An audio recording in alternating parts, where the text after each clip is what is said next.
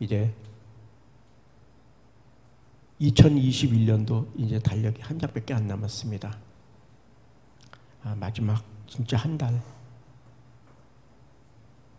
유종의 미를 잘 거둘 수 있도록 노력하는 저와 여러분들이 되셨으면 합니다. 이 세상에 우리가 살아가면서 정말 누군가가 나를 알아주고 내가 누군가에게 정말 귀중히 여김을 받고 있다고 그렇게 생각하면서 살아가는 사람들은 참으로 인생을 살맛나게 살아갑니다. 아무리 힘이 들고 어려워도 나를 귀중히 여겨주는 그 사람 때문에 인생을 허비하지 아니하고 정말 의미 있게 살아갈 수 있습니다. 또 마찬가지로 내가 정말로 사랑하는 사람이 있다면 그 사람을 위해서 어떠한 일도 감당할 수 있다, 희생할 수 있다 라고 이렇게 믿으면서 살아갑니다. 내가 정말 사랑하는 사람이라면 그 사람을 위해서 어떤 수모도 어떤 희생도 감수할 수 있다고 생각합니다. 그런 사람을 위해서라면 내가 가진 것을 다 주어도 더 못 줘서 안타까움이 있습니다. 그 사람이 멀리에 있던 가까이에 있던 상관이 없습니다. 그런 사람은 나의 기억 속에 늘 떠오릅니다. 그러므로 누군가를 소중히 여기고 또 누군가에게 소중히 여김을 받는다는 것은 인생에서 매우 중요합니다. 오늘 본문이 그런 사랑의 진수를 우리에게 보여주고 있습니다. 흔히 탕자의 비유로 이야기하고 있지만 사실은 아들에 대한 아버지의 극진하시고 간절하고 애절함을 표현한 그런 내용입니다. 그런데 이 무한하신 그 사랑이 아들에겐 제대로 전달이 되지 않았습니다. 그렇기 때문에 아들은 아버지의 사랑 가운데 있으면서도 그런 자신의 참 모습을 발견하지 못했습니다.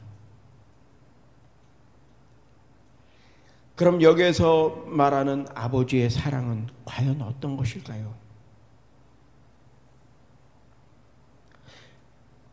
사도 요한은 하나님의 사랑을 피상적으로 말하지 않고 성육신 하셔서 우리와 같이 육신의 몸으로 지내시다가 우리를 위하여 십자가에 못 박혀 죽으신 바로 그 사랑이라고 증거했습니다. 요한일서 4장 10절에서는 요한 사도는 우리가 하나님을 사랑한 것이 아니라 오직 하나님께서 우리를 사랑하셨다라고 이렇게 말씀하고 계십니다. 그 사랑이 오늘 본문의 말씀인 것입니다. 먼저 아버지의 사랑을 알지 못하는, 깨닫지 못한 아들의 모습을 살펴봅니다.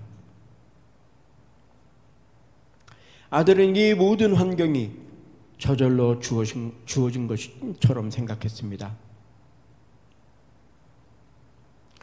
아들은 아버지의 사랑이라는 것이 단순히 먹고 마시고 내게 필요한 것을 공급해 주시는 그런 사랑인 줄만 알았습니다. 그래서 그는 아버지를 떠나기로 결심했습니다. 아버지에게 졸라서 그 아버지의 재산을 받아 다 팔아가지고 갔습니다. 13절을 보면 재물을 다 모아가지고 라고 이렇게 말씀하고 계십니다. 이 재물을 다 모아 가지고라는 그 표현 속에는 아버지를 향한 미련, 가정을 향한 미련, 이런 것들을 모두 다 싸가지고 자기 혼자 멀리 떠났다는 그런 의미가 담겨져 있습니다. 또 타국에 가서 허랑방탕했다고 이렇게 말씀하고 있습니다. 이 말의 의미는 무조건 먹고 마시고 창기와 놀아났다는 그런 뜻도 있지만, 구원을 위해 진정한 삶의 목적을 이루기 위해 살지 않고 헛된 일에 힘을 쓰고 애쓰고 그런 일에 종사했다는 뜻입니다. 이 아들은 착각한 것이 있습니다. 그것은 바로 자유에 대한 착각입니다. 아들은 아버지의 그늘에서 벗어나 자신이 인생의 주인이 되어 한번 멋지게 살아보는 것이 자유요 독립이라고 이렇게 생각을 했습니다.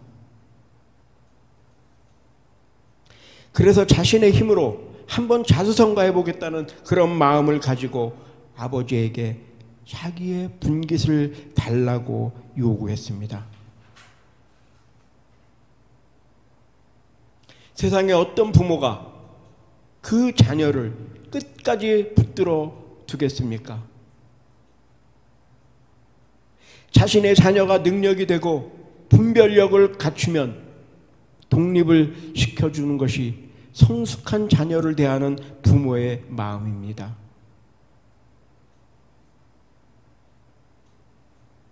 하지만 오늘 본문에 이 아버지가 아들을 독립시키지 않은 것을 보면 그 자녀에게 아직도 미숙한 부분이 많았다는 것을 짐작해 볼 수가 있습니다. 이 아들이 가지고 있는 이 잘못된 생각들이 바로 아버지의 곁을 떠나게 만들었습니다. 또 다른 하나는 즐거움에 대한 것입니다. 그는 이런 생각을 가지고 있었습니다. 과연 인생의 즐거움이란 무엇인가? 그것은 과연 내가 하고 싶은 것, 그런 것을 하는 것이 아닌가? 내가 보고 싶은 것만 보고, 먹고 싶은 것만 먹고, 느끼고 싶은 것만 느끼는 것이 바로 인생의 즐거움이 아닌가?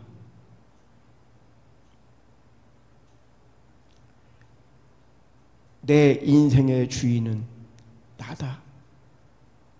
내가 수고하고 노력해서 얻은 것을 내 마음대로 쓰고 내 뜻대로 쓰고 그렇게 하는 것이 즐거움이고 기쁨이며 인생의 보람이 아니겠는가라는 생각을 했던 것입니다.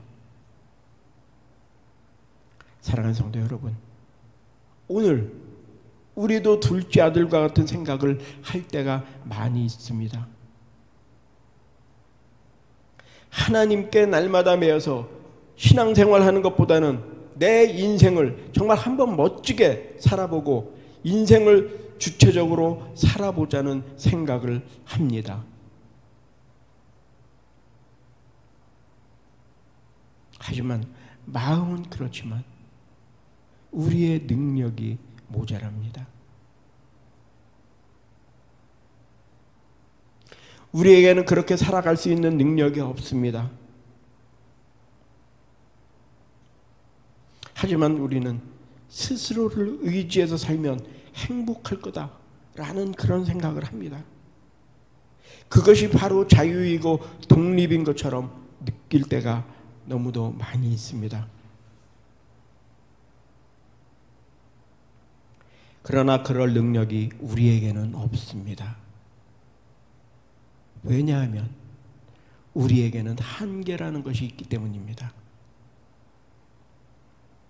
그 중에서도 무엇보다도 능력의 한계가 있습니다. 질병으로, 물질로, 때로는 자녀들 앞에서 속수무책인 나 자신의 모습 속에서 능력의 한계를 경험하게 됩니다.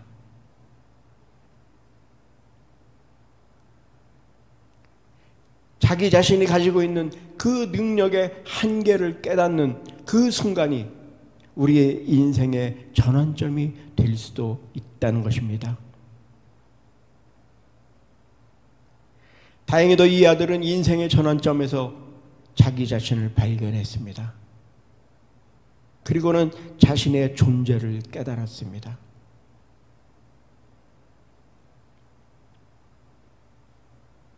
이 아들은 돼지와 함께 생활하면서 돼지의 쥐엄 열매를 서로 먹으려고 서로 다투는 신세가 되어버린, 정말로 비참할 대로 비참하게 변해버린 자신의 모습을 발견하게 된 것입니다.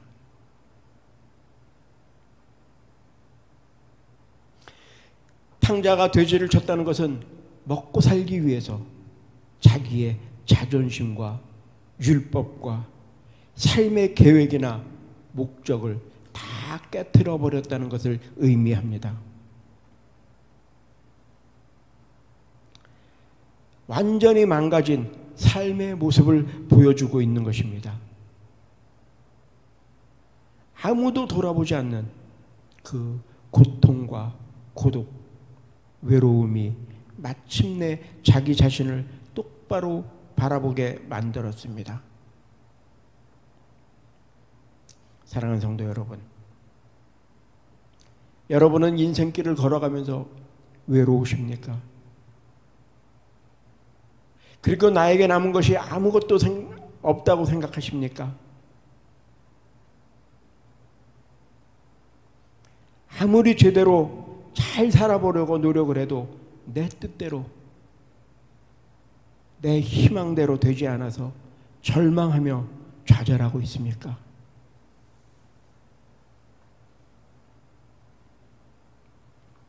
만약에 그렇게 해서라도 나 자신을 발견했다면 그 실패는 바로 하나님께서 저와 여러분에게 주신 선물이라고 믿으시기를 바랍니다. 오늘 이 아들은 자신의 실패를 의미 있는 그런 실패라고, 의미 있는 절망이라고 말할 수 있습니다. 왜냐하면 이 아들은 그 실패를 통해서, 그 절망을 통해서 자신의 능력을 발견하였고 자신의 본 모습을 발견했습니다. 나의 주머니에 돈이 두둑해 있고 정말 머리에는 지식이 차 있고 주위에 친구들이 있고 권세가 있을 때는 내가 굉장한 사람인 것처럼, 정말 능력 있는 사람처럼,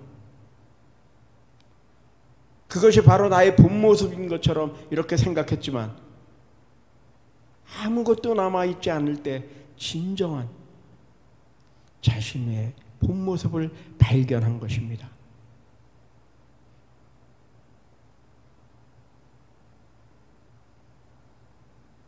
더 이상 망가질 수 없을 만큼 망가져버린 지금, 바로 그 순간에 그는 아버지의 집을 떠올렸습니다. 그 아들은 그때 비로소 깨달았습니다. 전에 아버지 집에 있을 때 정말 돈만 주는 아버지, 먹고 살 것만 공급해주는 아버지라고 생각했는데 그것이 아니라는 점을 깨닫게 된 것입니다. 인생을 살아나가는데 물질만 있으면 다 되는 것이 아니라는 것을 비로소 깨달은 것입니다. 내 힘만 의지한다고 되는 것이 아니라는 것을 알게 된 것입니다.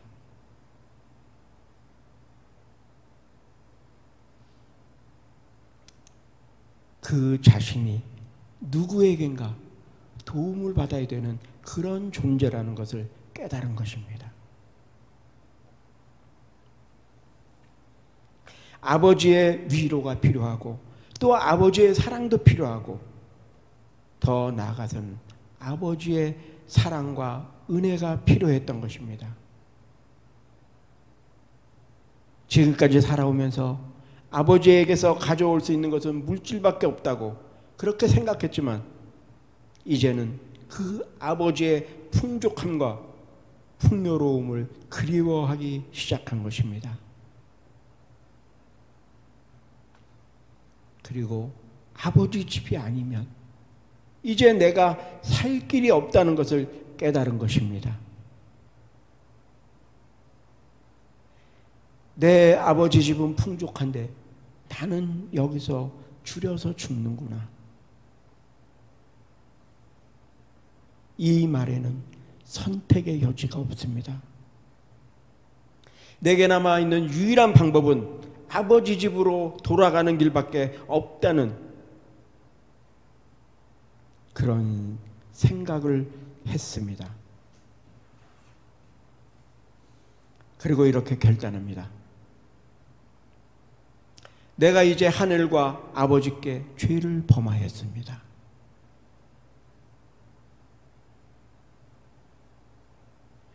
하나님과 더불어 살아갈 수밖에 없는 존재. 하나님의 도움과 하나님의 사랑 가운데 살아갈 수밖에 없는 존재임에도 불구하고 스스로 자기 힘으로 독립해서 잘 살아보겠다고 발버둥 치며 살아왔던 그 아들이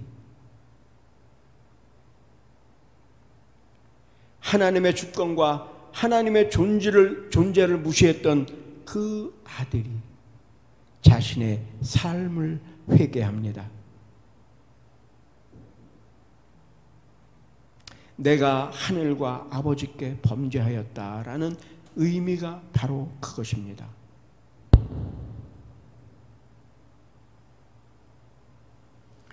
탕자는 일어나서 아버지께로 걸어갑니다. 망가진 모습 그대로, 초라한 모습 그대로, 있는 모습 그대로 지금 아버지께 나아갑니다.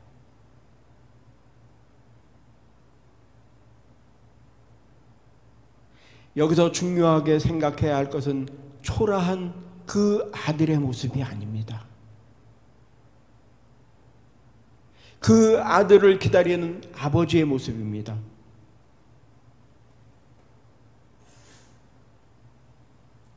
아버지는 집 나간 그 아들을 참으로 사랑하셨습니다. 아들이 나간 날부터 이미 용서하고 그 아들이 돌아오기만을 기다리고 계셨던 것입니다. 왜냐하면 아버지의 품을 떠난 아들의 그 비참한 삶을 아버지는 알고 계셨기 때문입니다. 인생이 무엇인지 아는 아버지, 거칠고 힘든 그 광야 같은 세상을 재산만 달랑 들고 나가버린 그 아들, 그 아들이 어떻게 살 것이라는 것을 이미 아버지는 알고 계셨던 것입니다. 자신의 의지와 젊음만 믿는 아들이 앞으로 어떻게 살아가는지, 그 삶이 얼마나 고달프고 힘든지 아버지는 이미 알고 계셨던 것입니다. 그래서 그 아들이 돌아오기만을 이제나 저제나 기다리고 계시는 그 아버지입니다. 오늘도 아버지께서 그 아들을 기다리고 계시는데 멀리서 아들의 초라한 모습이 보입니다. 정말 망가질 대로 망가진 그 아들의 비참한 모습이 보입니다. 그 모습이 보이자마자 아버지는 달려가십니다.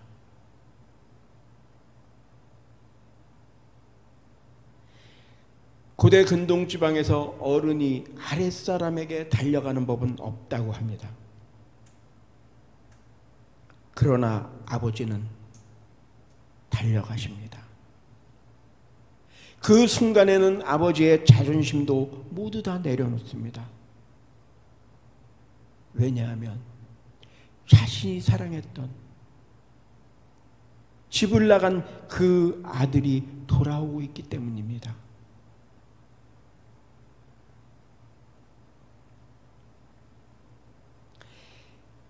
아버지는 하인을 자청하는 그 아들의 목을 끌어안고 입을 맞추십니다.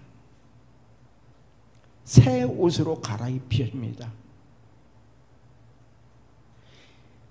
이러한 일들은 돌아온 아들이 당신의 자녀라는 증거입니다. 아들의 손가락에 가락지를 끼워 주셨습니다. 그것은 가정의 유업을 이을 유산을 받을 수 있는 당신의 상속인이라는 그런 증거입니다. 신발도 신겨주셨습니다. 살찐 송아지도 잡았습니다. 무엇보다도 중요한 건 이 아버지는 아들을 정죄하지 않으셨습니다.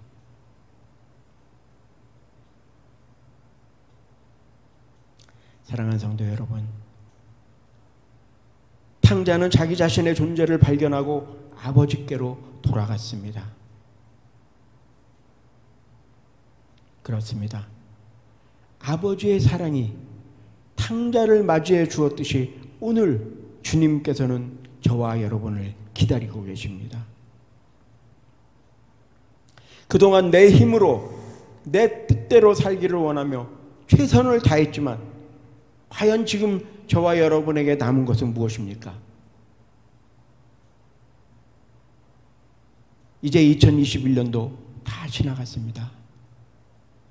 과연 지금 정초에 우리가 희망했던 것, 남아있는 것이 무엇이 있습니까? 정말 열심히 살았는데 남아있는 것이 무엇입니까?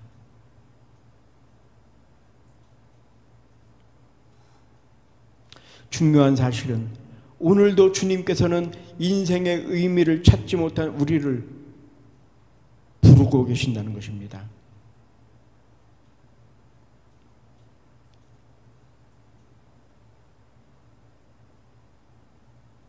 (2021년)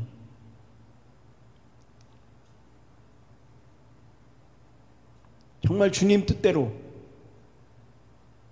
살지 못하고 내 뜻대로 내 생각대로 살아온 그 죄를 주님께서 정죄하지 않으십니다. 또다시 용서해 주십니다.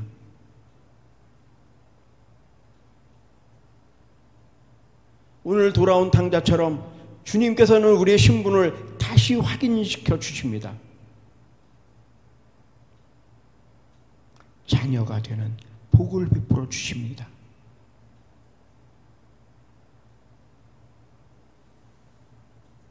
하나님 없이 살아가는 것,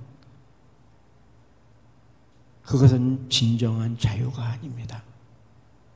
진정한 독립이 아닙니다.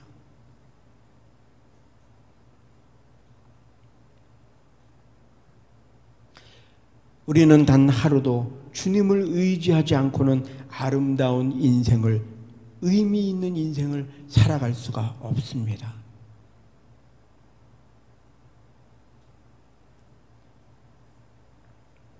이 시간 주님께서 또다시 우리를 초청하십니다.